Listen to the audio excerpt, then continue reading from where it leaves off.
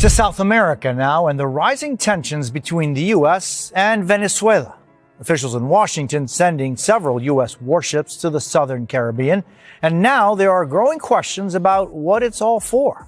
Break it into pieces and steal its riches. That rhetoric in response to a major development from the Pentagon, mobilizing U.S. Navy warships and thousands of personnel off Venezuela's coast. In Venezuela's capital, leader Nicolás Maduro putting his military on display, accusing the United States of preparing an invasion. Colonizar a Venezuela. Maduro saying the U.S. wants to colonize Venezuela.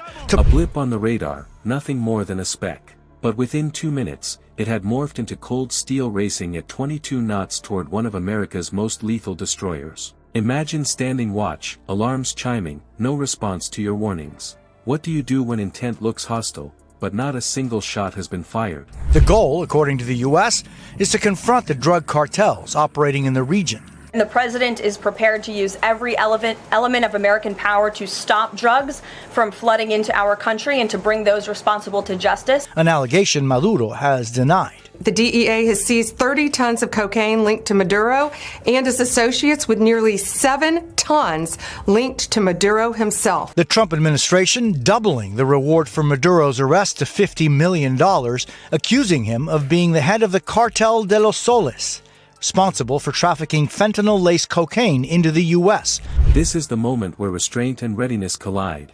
Keep watching, because what unfolded here shows exactly how 21st century see power fights without firing. Before we move on, I'd like to ask you a small favor. If you appreciate this content, please take a second to like this video and subscribe to the channel. Over 98% of you watch the videos without subscribing. It costs you nothing, but it makes a huge difference to us. So, did you click the subscribe button? Great, thank you so much. Now, back to the video. It always starts simple. On the scope, the faint trace of a ship holding steady at about 12 knots. The White House also designating that cartel an international terrorist organization. That accusation echoed by Ecuador, Paraguay, Argentina, and other countries. All of that comes after Venezuela's political crisis and economic collapse caused what may be the largest mass migration in the Americas in recent history, adding to the pressure inside Venezuela. After widespread claims that Maduro ignored last year's election results and clung to power. Nothing in that picture suggests urgency, just one vessel, in the open sea, moving slow enough to seem routine. But then, the speed ticks up. 15 knots, 19, 22, and the nose points straight toward an American destroyer. That faint blip, harmless a moment ago, is no longer just navigation. It has become a trigger, a spark, a MacGuffin, one of those objects in film that might not matter by itself, but pulls everything else into motion. Inside the Combat Information Center, the team switch gears. Calls go out on the radio. The script is standard, the procedure deliberate. No answer. They repeat, again and again. Still silence. A lack of reply carries weight at sea. It's not neutral, it's active defiance, even if nothing physical has happened yet.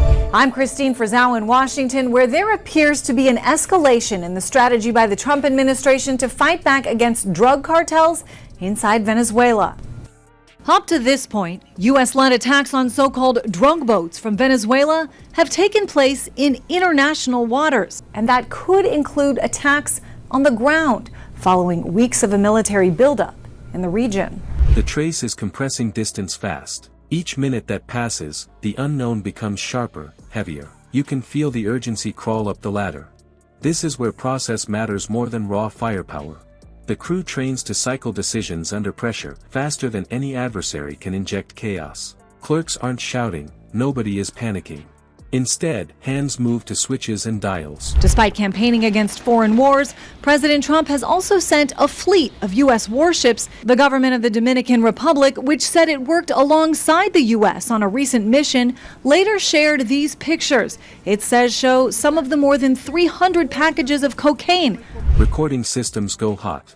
Cameras track the horizon through high-resolution optics. Signal officers prepare to project warnings, orders ripple down through headsets. Every piece of equipment leaves a digital footprint, proof archived by the second. Because in tense waters, the record itself is ammunition. But escalation doesn't leap straight to violence. It climbs in stages, measured and precise. This doctrine is called the ladder of force. Think of it as rungs on a rigging rope, each step heavier than the last. Start with warnings. Then evidence. Then non-lethal action. Deadly force is always the final rung, visible and ready, but untouched unless someone forces your hand. That's control. That's discipline under stress. One of the first tools on display is the electronic warfare suite. It flickers to life like an unseen shield, radar jammers, communication scramblers, the electronic fog warning the intruder, you are noted, you are targeted, you will not pass unchecked. Another rung follows above deck. A Seahawk helicopter claws into the sky, its rotors beating over the destroyer. From its sensors comes a distinct bright signal. A green laser beam lances across the swell, not to blind, but to mark. A quiet, undeniable way of saying, you are caught in the crosshairs. This laser is no missile, yet it carries weight. Its precision without direct harm, an unmistakable notice meant for the intruder's bridge crew. They see it, they understand it, and they know what comes next if they push just one step further. Because while the ladder of force rises gradually, the rungs don't reset once they're burned. Each ignored warning stacks risk onto the next. And above it all stands the most sobering piece of theater, the ship's 5-inch deck gun. Silent, unmoving, but fully manned.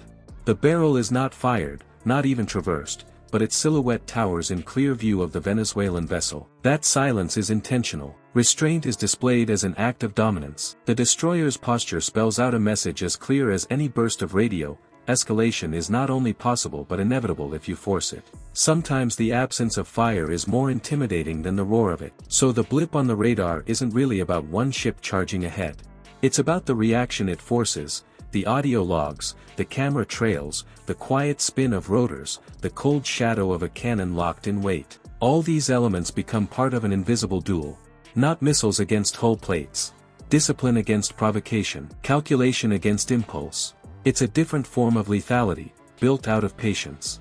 And you, standing in that combat center, have to decide how far the ladder climbs before someone miscalculates.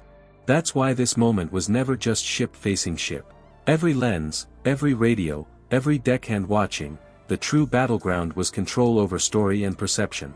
And once those motives came into play, this transformed into something far larger than a patrol gone wrong. In this clash, the deadliest shot never came. What carried weight were the logs, the images, the recorded warnings. Every frame and frequency became more powerful than a missile, because it locked in proof, shaped the story, and denied the opponent any victory beyond bravado. That balance of power rests on patience. But here's the question: the Caribbean remains a live chessboard. Should America always answer with restraint, or does waiting invite greater risk? Comment your choice below. Subscribe and join a community that seeks to understand the realities of modern conflict.